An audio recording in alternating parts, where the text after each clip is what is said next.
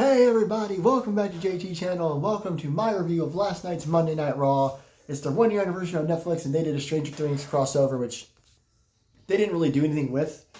Sorry, the camera's kind of crooked and I can't figure out why.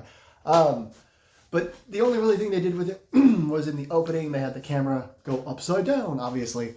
And then Michael Cole and Corey Graves came out of a van. It was all Stranger Things up. I don't know. I don't know if that van is from a past season that I've already seen. I have not seen past season 3. So I don't know what the van was from, but it was a cool opening. Other than that, there was just Stranger Things stuff around the arena. There was a big Demogorgon in the backstage area, and a lot of the graphics and stuff were Stranger Things. So that was it for all the Stranger Things crossovers. I was expecting some, like, at least 1 or 2 of the stars from the show. Because why not?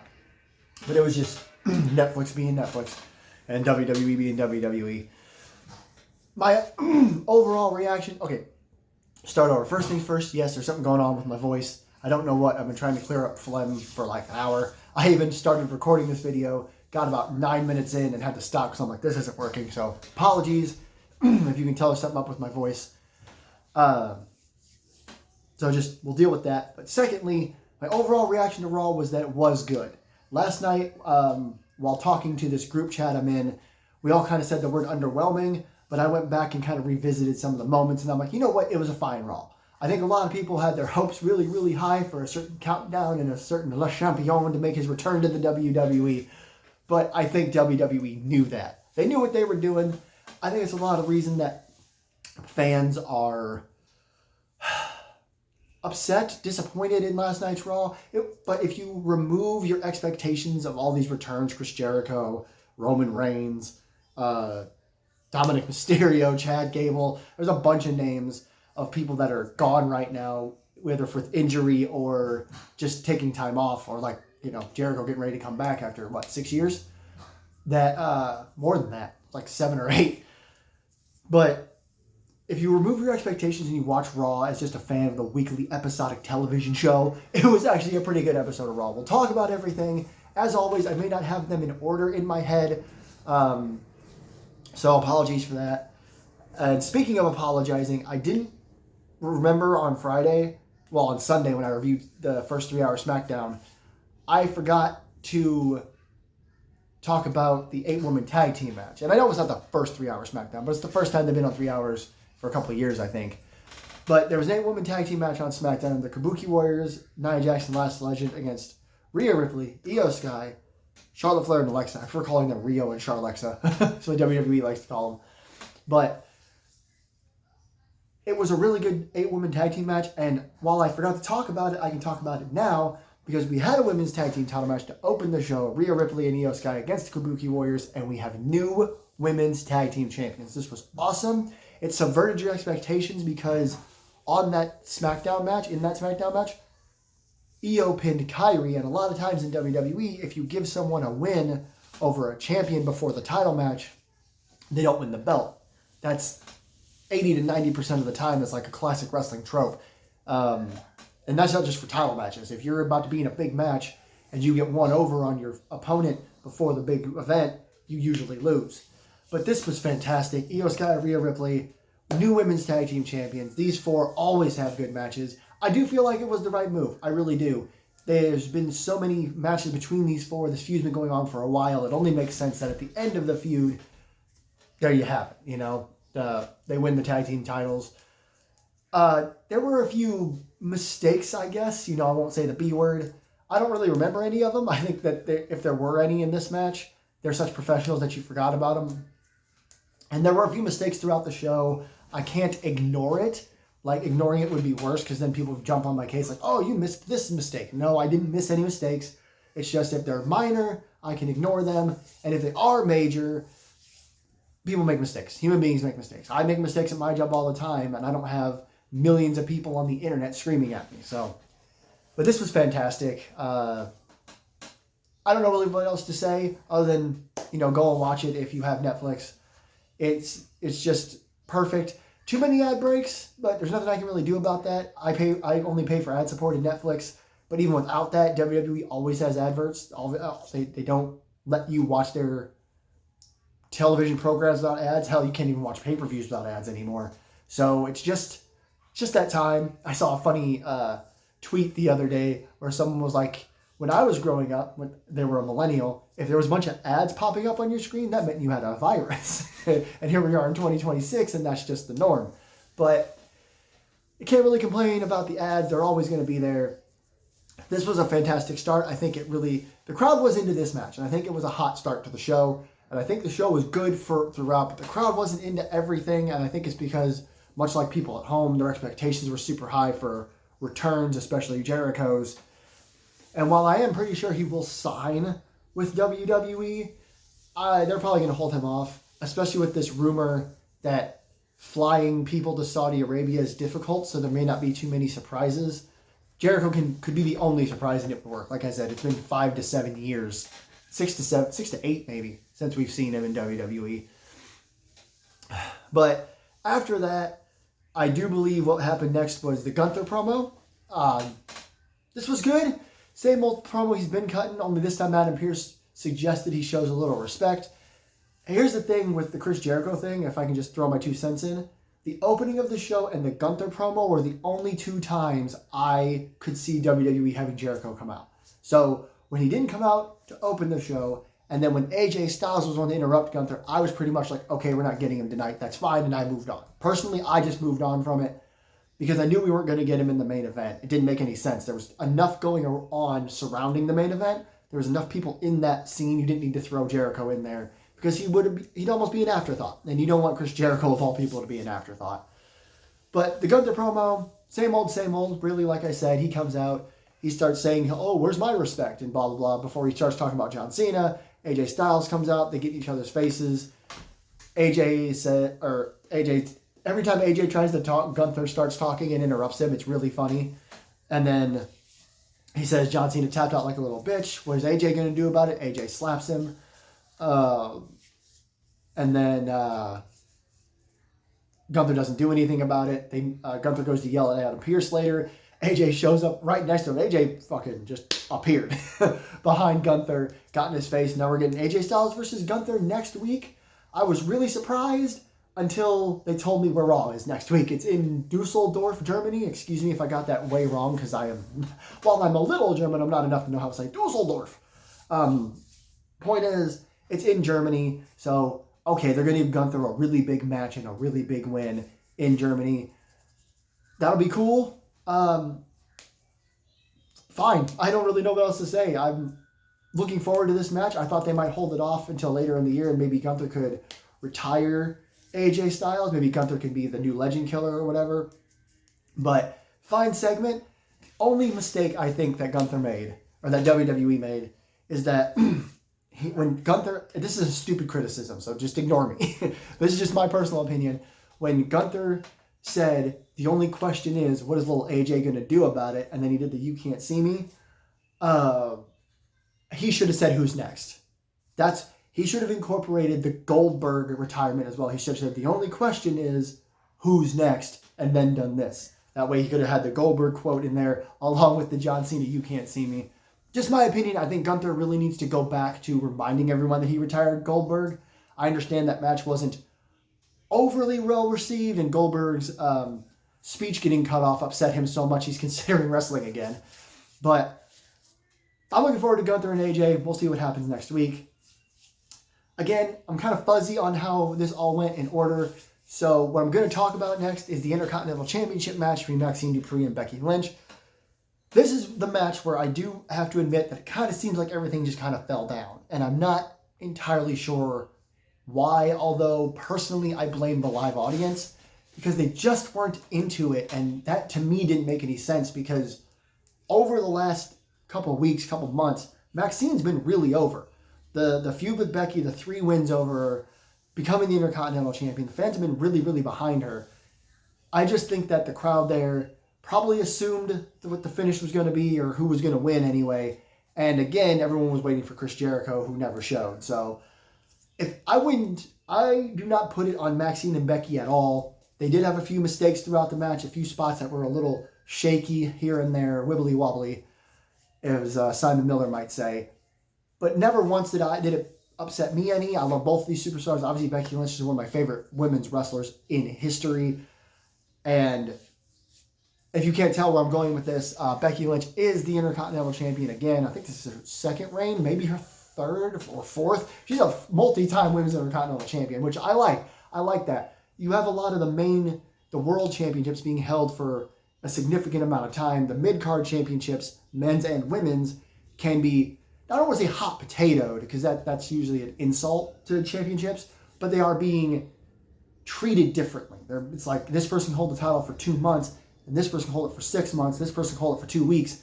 That works out really well for everybody involved. Still don't understand why Lyra Valkyria didn't go after the title while Maxine was champion, because the whole thing was you can't fight for the title as long as Becky's champion. I get it. She's with Bayley and they're going after the women's tag team titles, and that's fine. That is absolutely fine. But it's really weird that, if I was told you can't be champion as long as so-and-so is champion, or you can't challenge for the title, and that person lost the belt to someone else, I'd be first in line like, hey, I can fight you. But I digress. Becky Lynch is Intercontinental Champion. I like the finish. I do. Becky kind of turned the ankle lock, and she stood up, and Maxine fell, and she kind of bridged back and held the rope. And that looked like it hurt Becky more than it did anything else. But the way she pinned Maxine was really cool. And of course she held the rope. I hope we're not done. I know we probably are. I know Maxine's going to disappear into the ether because that's what WWE does. They give someone a shot and then they boot him into the ninth realm of, I don't even know where I'm going with this. They boot him into the shadow realm. I hope that's not what happens. I hope we get one more match between these two. Again, probably won't be at the Rumble. I guess that's my only complaint is that since WWE has changed tact over the years, they don't do 4 or 5 matches and then the Rumbles. They do 2 matches in a Rumble, and this year they might do 3 matches because they're in Saudi. But I don't know. I wouldn't drop this just yet, especially since Becky held the ropes. It just wouldn't make any sense. But again, WWE also completely dropped the Lyra Valkyria stuff, even though Becky wasn't champion anymore. So with all that said, fine match. There were a lot of mistakes. I can't ignore it. Again, I think I blame the crowd. I think that they went out there with this expectation in their brains because the fans have been so into this pretty much week to week. The fans have been into this feud, and then the Barclays crowd just didn't care. They even chanted Y2J at one point. And I think that threw them off, especially Maxine, who, I don't want to say she's green, right? But she's still learning. She's still getting better each and every week. And for a big profile match like this, the rematch at that, every match with Maxine and Becky's done so well so far. For this match to not really have any fan support, it really, I think, did hurt them both. Becky was better at handling it, the near silence, than Maxine was. And I think that just kind of threw the match off a little bit. Again, I do not put it on them at all. Let's see here. Talk about the Women's World Championship segment because it bugged me a little bit. There's 2 things about this that bothered me quite a bit, actually. So we're going to talk about that for sure. But out came Stephanie Vaquero to cut a promo. She's got a broken foot or some sort of injury on her ankle. I don't actually know. But she's in a walking boot. She cut a fantastic promo like she always does. And basically said that I'm not going anywhere. This boot's not going to stop me. And she was attacked by Raquel Rodriguez. Now, I get the fact that Raquel wasn't pinned in the triple threat match. And I don't think she's had her proper singles match. And personally, I think Raquel Rodriguez needs to leave the Judgment Day and be treated as a singles monster like she was in NXT all those years ago. Excuse me. I still go back and watch her matches with Rhea Ripley. They have a last woman standing match on NXT. I think they had one on NXT and they've had one on the main roster. Go watch the one on NXT. It is so much better. It baffles me that Triple H keeps booking feuds from NXT on the main roster and they're just not as good. But anywho, I digress. I would love Raquel to be in the women's division by herself and be a women's world champion. I wouldn't mind her taking the title off of Stephanie. But it's the old WWE trope, again, of not going anywhere. We haven't gone anywhere. Nikki Bella's not in it anymore, and that's good. Nothing against Nikki Bella. She's fine. I actually think this is maybe her best persona and best work ever. But Raquel was already in that match, and she lost. That match is over. Like, it should be time for Stephanie to move on to someone else. I guess we'll get our official singles match somewhere down the line. I think Stephanie may be taking some time off to rehab her foot because Raquel beat the hell out of her and was going to beat her up with a steel chair. Like, Raquel absolutely snapped. She beat her up a bunch in the ring, hit her with a Tejana bomb. Again, she was going to hit the ankle with the chair. Security, Jamie Noble, Daivari, and Adam Pearce came out, made her go away. Then Raquel jumped her in the back, threw her into box-like structures all over the place before Adam Pearce forced her away. I laughed out loud when... I'm sorry, I'm laughing again. But Vaquer was on the ground, suffering, screaming in pain, and Adam Pearce had to go, "Medics, get your asses over here." It was just really funny because Adam Pearce is so good at his job. He really is. Again, I don't know when we'll get this match. I guess, like I said, Stephanie's going to go rehab her leg, I bet, or her ankle. I don't know what Raquel does. I guess in the interim, she can have some singles matches and build her way. That's what I would do. If you want to redo this, if you want to do this match properly, a singles match, while Stephanie's away rehabbing for a couple weeks, you get Raquel in the ring, she beats a couple of people, and then when Stephanie comes back, we can get the singles match. That's, again, it just kind of felt like we didn't move, right? Like we're kind of stuck in place because it's a challenger that's already been in a match that is now over. And while she didn't officially get pinned, she still lost the match. You see what I mean? Like in the fictional record books that definitely don't exist, it would say Stephanie Vaquer defeats Nikki Bella and Raquel Rodriguez. So she still lost the match. Hopefully WWE has a good plan here. Maybe they can even convince me that Raquel can win.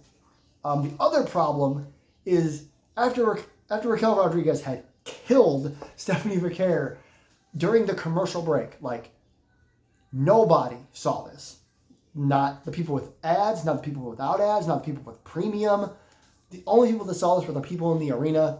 Adam Pearce brought out Javon Evans and officially signed him to Monday Night Raw. Now, on the left side, on the crap side, on the what the fuck side, on the what is wrong with you side, why we didn't do this in front of the television audience, I will not understand. Everyone on the internet is pissed. I'm one of them. I haven't made any posts or tweets about it, but it made no sense. When I was scrolling through Instagram during the commercial break and I saw that Javon Evans was signed, the first thing I did was laugh because Stephanie Vaquer is probably still in the ring screaming in pain, and Adam Pearce is like, "Hey, we got a new signee." It's just like, Adam, one thing at a time, man. But also, it's like, why would you... I'm glad they did it in front of the live crowd, but why wouldn't you do that in front of the TV crowd? The TV crowd, we would have been tweeting about it all the time. I mean, we still were, and we still are, but instead of posting about how cool it is that Javon Evans is on the main roster, we're all like, hold on, I had to watch an ad instead of watching Javon Evans get signed to Monday Night Raw. On the other hand, on the right side, on the good side, on the hell yeah, on the that boy bouncy side, I am stoked that Javon Evans has been signed to a main roster deal. A lot of people say he should have been NXT champion. Here's my take on it. I don't fucking care. I don't work for WWE. I'm not in the booking crew. I got fired in 2009. But if they're going to put someone on the main roster, just do it. Just do it. It actually kind of subverts expectations from a normal thing WWE used to do where they would make the wrestler be on NXT, be a heel, and then a face, or a face and then a heel, make him have this long run, which Javon's been on NXT for a while, but you had to like do certain things and pass certain tests. Screw that. Because not only is Javon now officially on Raw, Trick Williams is officially on SmackDown, Jordan Grace is about to be signed to SmackDown, and we are seeing these Oba Femi clips on Raw and SmackDown. Push all of these people to the moon and don't ever look back. I guess also during one of the breaks, Javon Evans interacted with the Americanos. So do a few matches there. You gotta get him a couple of wins. You gotta get the main roster audience used to him. The people that don't already know who he is, that is. So go ahead and do that. Why the hell not? Also, I think Joe Hendry might be signed to SmackDown or about to be signed to SmackDown. So all these NXT people being called up is awesome. I know most everybody I said is on SmackDown, but that's fine. That's totally fine. Do whatever you want. Just annoying that we couldn't see it live. We had to find out about it through social media. Speaking of Raquel Rodriguez, though, we were talking about a minute ago, it does. I know it seems like I'm jumping around, but I do want to talk about what happened with Liv Morgan, because she took on Lyra Valkyria, and this was actually a really good match. I think this is one of the better matches on the show. Excuse me. I don't think there was any mistakes in this match that I can remember. They didn't mess up really. They had really good chemistry. I know they've wrestled before. Like, I know we've seen Liv Morgan versus Lyra Valkyria. I can't remember it, though. Therefore, seeing it on this Raw felt fresh to me. I know Liv's been gone for a while, and this is her first match back in, like, what was it, 6-7 months? I don't remember. But it was cool to see it. Fantastic matchup. I love Crazy Bayley. I love that every time she gets, like, beat up or smacked in the face, she just goes nuts. She chased Roxanne out of there with a steel chair. And that's when Liv won with an Oblivion. The Oblivion is one of my favorite finishers because if you do it to the right opponent, they will bump and sell like a maniac. Lyra spiked herself and then kind of like spun and landed on her front. It didn't even make any sense, but it was a fantastic looking. And then she like rolled to her back or something. I don't even know how to explain it. You got to see it for yourself. But Liv Morgan picks up a win.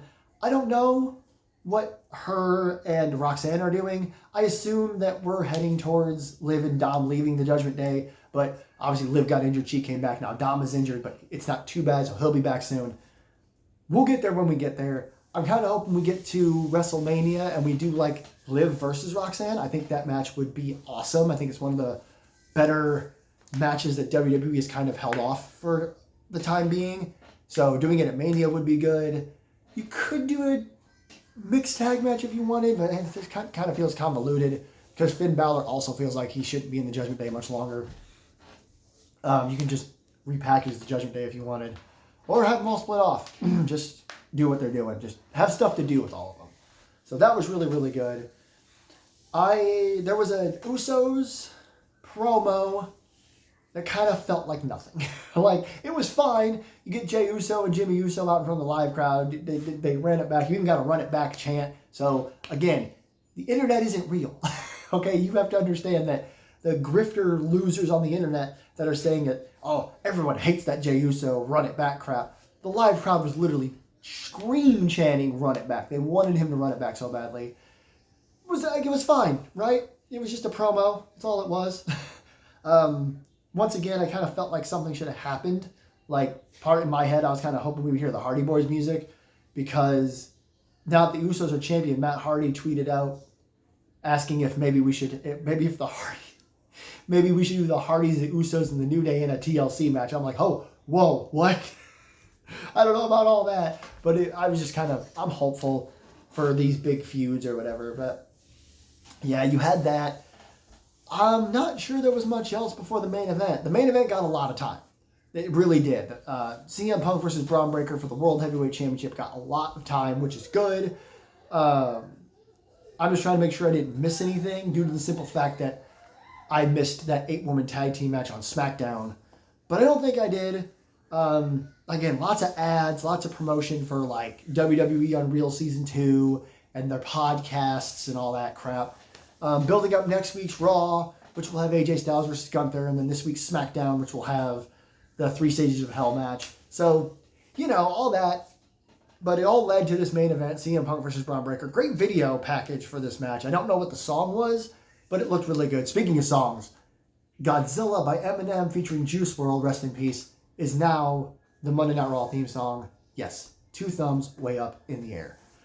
But we got to our main event, and it was just really, really good, right? You got Braun Breaker, a man who was born, bred, and trained pretty much his whole life to be a professional wrestler. He's a Steiner. Against CM Punk, one of the best wrestlers of all time, calls himself the best in the world. I said this in my group chat I mentioned earlier, that I did not see Punk retaining without an absolute boatload of shenanigans. And while there were shenanigans, WWE was actually pretty kind of reserved.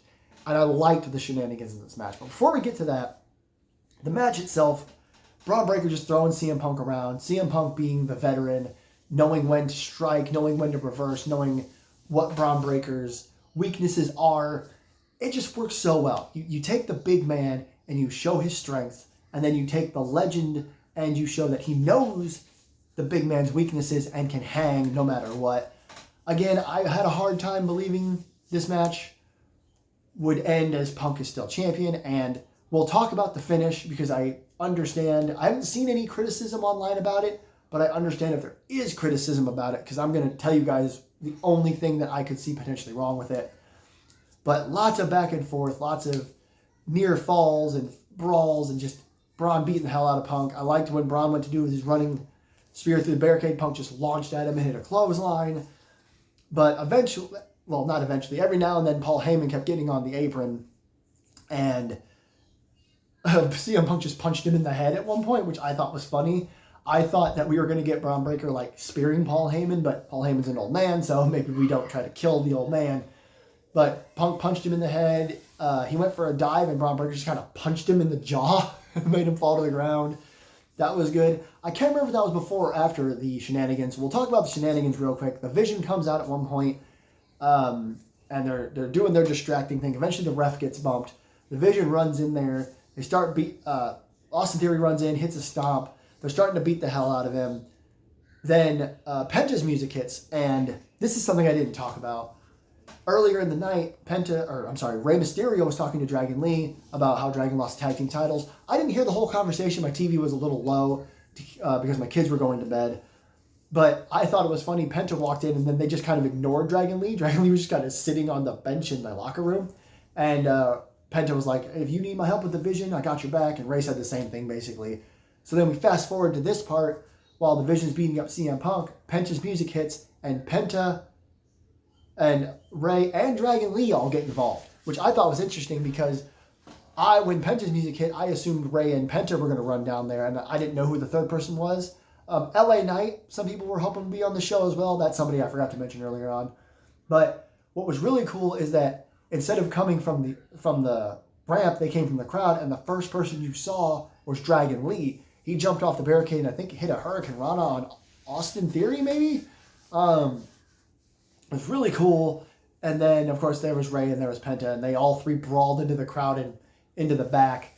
And we didn't see him again, which was, again, really cool. I thought it was great interference. I love this little mini lucha thing that Ray and Penta and Dragon Lee got going on. Like, when I saw Ray with Dragon Lee and then Ray with Penta, I audibly said, I would like a little lucha faction. We don't have that anymore. Not the Lucha House Party, stupid.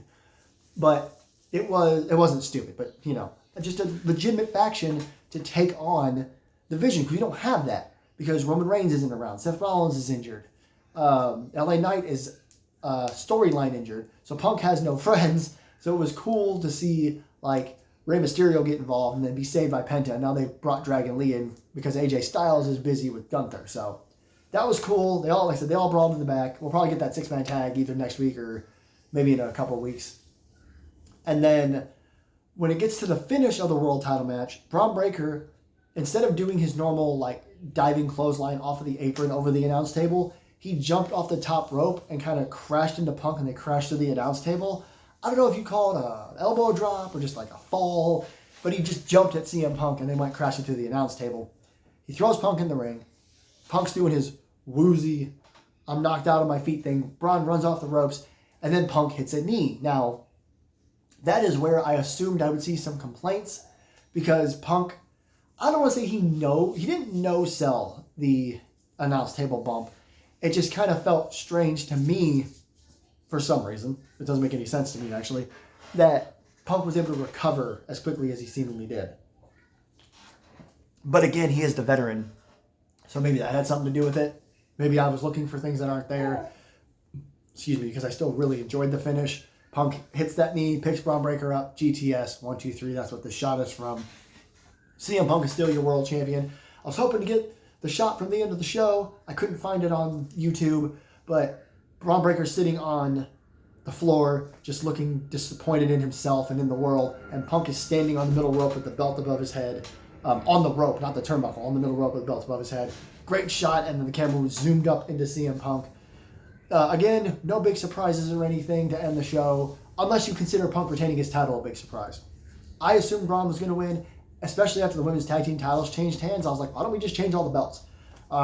Very rarely are companies ballsy enough to change every belt on a show where there's multiple titles on the line. But it was good. It was really, really good. Braun Breaker didn't win the title, but that doesn't mean he's not going to. I think he should win the title at WrestleMania now. I don't think we need to talk about it any further. I think that's just what should happen. Do I think he should win the Rumble? No. I still think that should be Gunther. We will talk about that when the Rumble gets closer. But it's definitely interesting now because I'm not sure what Punk does from here to Mania. Does he defend the title at the Rumble, and if so, against who? What does he do at the Elimination Chamber? That's in Chicago. Like, I don't remember if we already knew it was in Chicago, but they talked about it last night. They did the big video package announcement. Elimination Chamber in Chicago, he's got to do something. I don't know if you do a one-on-one match, if you put him in a chamber, whatever you want to do, Punk's got to wrestle in Chicago. So, thank you everybody so much for watching. Don't forget to like, share, subscribe, leave comments down below. Like I said, my SmackDown, I don't know if I said this at the beginning or not. I might be thinking of my first try on this video, but the SmackDown review did decent for views. And while I'll never chase views, if a video does well, why should I not do it again? So I will be reviewing SmackDown this week. And I'm going to put Dynamite in the perhaps category.